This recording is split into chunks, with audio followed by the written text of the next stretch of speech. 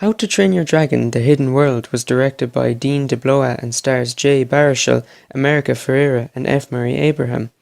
Now chief and ruler of Berk alongside Astrid, Hiccup has created a gloriously chaotic Viking dragon utopia. But when a female light fury appears and coincides with the darkest threat Berk has ever faced, Hiccup and Toothless must leave the only home they've known and journey to a hidden world thought only to exist in myth to save their fellow Vikings and dragons. This is it, ladies and gentlemen. Here is the long-awaited conclusion to two of my favourite animated movies of all time. The movie that will complete the story arcs of two best friends who I've loved since childhood. And I got exactly what I wanted. The beautiful friendship between Hiccup and Toothless grows and develops in the movie and tells a heartbreaking story about growing up and moving on in life. That's what I love about this movie. It gives kids a very important life lesson, especially towards the end. Not going to spoil anything, but all I'll say is that I cried at the end. I would also like to say how beautifully animated this movie is. I love how the characters get older throughout the movie and how each dragon has its own unique design. I will say that the design for the Light Fury could have been better. I kinda wish that there was more detail like scales added to her because she looked very plain.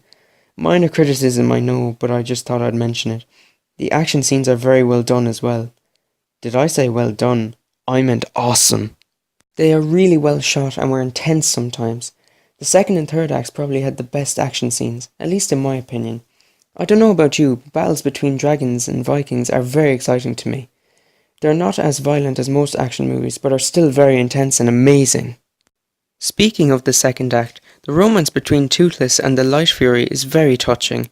I never thought that I would find dragon romance sweet, but whatever, it is. I found the scenes where Toothless tries to mate with the Light Fury really funny because it made me think of teenagers trying to pursue their crushes and failing miserably. In terms of comedy, most of the jokes are fine.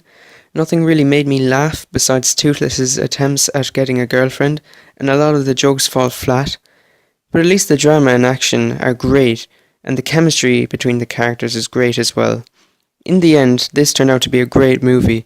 I definitely recommend checking it out, and I'm giving it an 8 out of 10.